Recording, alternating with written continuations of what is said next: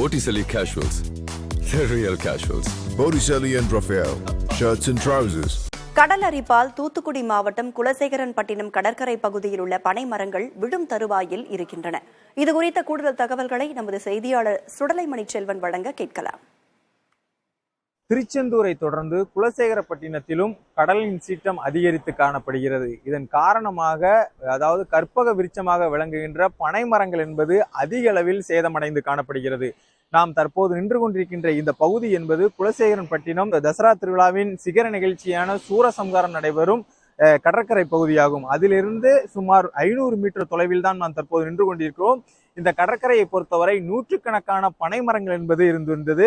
அதாவது தமிழ்நாட்டின் முக்கிய கற்பக விருட்சமாக விளங்குகின்ற இந்த பனை மரங்கள் கடந்த சில மாத காலமாக தொடர்ந்து இந்த கடல் அரிப்பின் காரணமாக 100க்கும் மேற்பட்ட பனை மரங்கள் என்பது தொடர்ந்து கீழே சரிந்து விழுகின்ற காட்சிகளை பார்க்க முடிகிறது.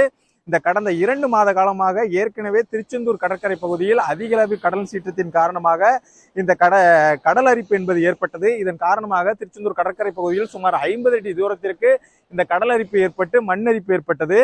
அதைத் தொடர்ந்து தற்போது நாம் நின்று கொண்டிருக்கின்ற இந்த குலசேகரப்பட்டினம் கடற்கரை பகுதியில் தொடர்ந்து 100க்கும் மேற்பட்ட பனை மரங்கள் என்பது சரிந்து விழும் காட்சிகளை பார்க்க முடிகிறது.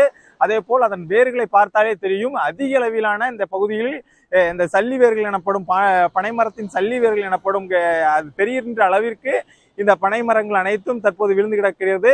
தொடர்ந்து கீழே விழும் பனை மரங்கள் அனைத்தும் தற்போது இந்த கடலுக்குள் இழுத்து செல்லப்படும் ஒரு காட்சிகளையும் நாம் பார்க்க முடிகிறது.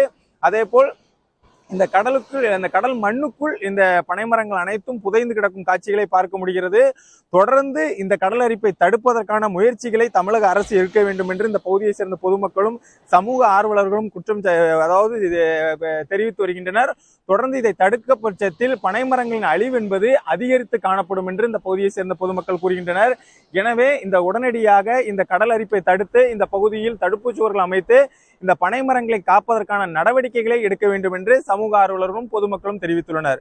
புதிய தலைமுறைக்காக குலசேகரன்பட்டினம் கடற்கரை பகுதியிலிருந்து செய்தியாளர் சுடலைமணி செல்வன்.